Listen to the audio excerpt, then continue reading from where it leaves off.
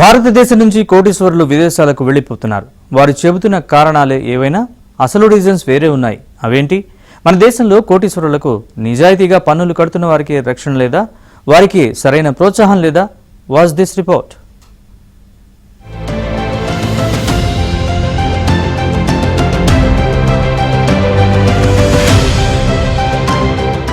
భారతదేశం నుంచి సంపన్నులైన వారు దేశ పౌరసత్వాన్ని వదిలివేసి వేరే దేశాల్లో సెటిల్ అవటం గత కొన్నేళ్లుగా పెరుగుతోంది. కాలుష్యం, పన్నులు, జీవన ప్రమాణాలు, విదేశాల్లో విలాసవంతమైన జీవితం వంటి కారణాలనే చెబుతుంటారు. అయితే వాస్తవానికి ఈ వలసల వెనక ఉన్న అసలు కారణాలు ఇవి మాత్రమే కాదంటున్నారు విశ్లేషకులు. భారతీయ వ్యాపార రంగంలో ఉన్న నిర్మాణాత్మక లోపాలు, పోటీ కొరత కోటీశ్వరుల వలసకు ప్రధాన కారణాలు. దేశంలో కొత్త ఆలోచనలు, ఆవిష్కరణలు ఎదగడానికి సరైన వాతావరణం లేకపోతే సంపన్నులు తమ సంపదను రిస్క్ లో పెట్టడం కంటే విదేశాల్లో భద్రంగా ఉండాలని కోరుకుంటారు. ఇప్పుడు అదే జరుగుతోంది.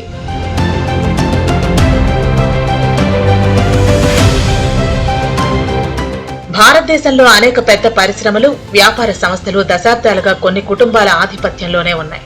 దీనివల్ల కొత్త వ్యాపారవేత్తలకు, కొత్త ఆలోచనలకు అవకాశాలు తగ్గిపోతున్నాయి. సరైన పోటీ లేకపోవడం వల్ల ఆవిష్కరణలకు విలువే లేకుండా పోతోందన్న అభిప్రాయం నయా కోటీశ్వరులకు కలుగుతోంది. ఇలాంటి పరిస్థితుల్లో సంపన్న వ్యాపారవేత్తలు కొత్త ప్రయోగాలు చేయటం కన్నా తమ సంపదను కాపాడుకోవడానికే ప్రాధాన్యం ఇస్తున్నారు.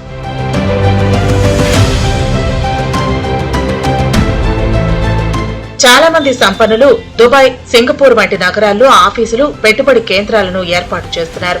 అక్కడ విధానాల స్పష్టత, అధికారుల నుంచి అడ్డంకులు లేకపోవడం, వేధింపులు లేని పన్ను విధానం, స్థిరమైన పాలన వారిని ఆకర్షిస్తున్నాయి. దేశంలో ఉన్నటువంటి పన్ను విధానం వాళ్ళకి ఇచ్చగించకపోవడం అంటే ఏంటంటే, ప్రపంచంలో ఈ రోజు కొన్ని ట్యాక్స్ హెవెన్స్ ఉన్నాయి. కొన్ని దేశాలు అసలు జీరో ట్యాక్స్ ఉన్నటువంటి దేశాలు ఉన్నాయి. అక్కడ మీరు ఇన్వెస్ట్మెంట్ వలన ఇది పెడితే కనుక ఇంతని మీరు అక్కడ ట్యాక్స్ ఏమి కట్టక్కర్లేదు, జీరో ట్యాక్స్ ఉన్న దేశాలు ఉన్నాయి. కానీ మన దేశంలో ట్యాక్స్ అనేది ఉంది. అంటే ప్రధానంలో బ్యూరోక్రసీ ఉంది. ప్రధానంలో రోడ్ల దగ్గర నుంచి ప్రధానంలో నీటి సరఫరా దాకా రకరకాలైనటువంటి ఇబ్బందులు ఉన్నటువంటి పరిస్థితి ఉంది. ఇన్ఫ్రాస్ట్రక్చర్ విషయంలో కానీ, సదుపాయాల విషయంలో కానీ, మనం పౌర సేవలు అంటాం, అట్లాంటి వాటి విషయంలో అనేక ఇబ్బందులు ఉన్నాయి. దీని విషయంలో అసంతృప్తి చెంది వెళ్లిపోయే వాళ్ళు ఉన్నారు. అలాగే లైఫ్ స్టైల్ కోసం వెళ్లిపోయే వాళ్ళు ఉన్నారు. విదేశాల్లో లైఫ్ స్టైల్ చాలా పోష్ గా, వీళ్ళు ధనవంతులు కాబట్టి వీళ్ళకి చాలా పోష్ గా, చాలా షాపింగ్లకు కానీ, అక్కడ ఉండేటువంటి స్పాలో లేకపోతే లైఫ్ స్టైల్ చాలా అనుకూలమైనటువంటి లైఫ్ స్టైల్, వీళ్ళకి కావాల్సినటువంటి ధనవంతుల లైఫ్ స్టైల్ అనేది అక్కడ ఉంటుంది. భారతదేశంలో అయితే యూ హెవ్ టు మింగిల్, మామూలు సామాన్య ప్రయోజనాలతో నిత్యం కలిసి బతకాల్సి వస్తుంటుంది. వాళ్ళు పక్కన దరిదాపుగా. అంటే కాబట్టి భారతదేశ పౌరసత్వాన్ని వదులుకొని వెళ్లిపోయే వాళ్ళు ఉన్నారు. ఇది ఒక్క భారతదేశం సమస్య కాదు, అనేక దేశాల్లో జరుగుతుంది.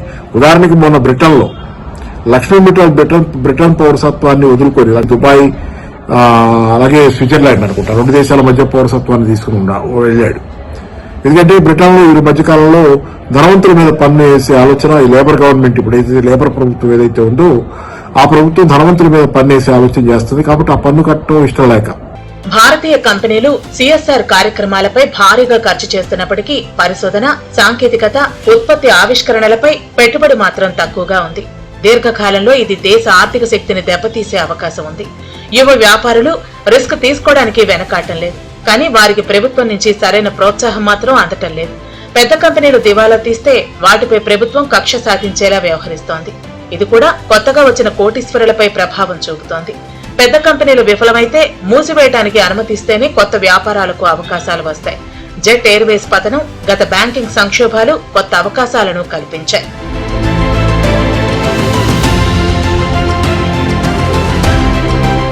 హెన్లీ అండ్ పార్ట్నర్స్ 2025 నివేదిక ప్రకారం ఈ ఏడాది సుమారు 3,500 మంది కోటీశ్వరులు దేశాన్ని విడిచిపెట్టారు. 2024లో ఈ సంఖ్య 4,300 కాగా 2023లో 5,100 మంది దేశం విడిచారు. పన్ను కట్టేవారిని ప్రభుత్వ అధికారులు వేధిస్తున్నారు. ఈ వేధింపులను తట్టుకోలేక బెంగళూరు లాంటి నగరాల్లో చాలా మంది యువ కోటీశ్వరులు వేరే దేశాలకు వెళ్లిపోతామంటున్నారు.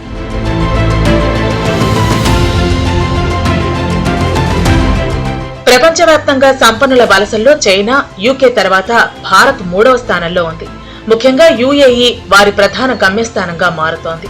ఆ తర్వాత అమెరికా, ఇటలీ, స్విట్జర్లాండ్ దేశాలకు ప్రాధాన్యత ఇస్తున్నారు.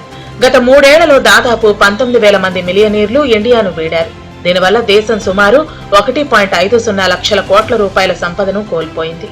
సంపద ఉన్నా స్వేచ్ఛ లేకపోవడంతో చైనాను వేడాలనుకుంటున్నారు కోటీశ్వరులు. అరబ్ ఎమిరేట్స్ లాంటి చోట్ల సెటిల్ అయితే పన్నులు తక్కువని భావిస్తున్నారు. ఇలాంటి సంపన్న వలసలను ఆపితే మన దేశానికి ఆదాయం పెరగటంతో పాటు కొత్త ఉద్యోగ అవకాశాలు వస్తాయి.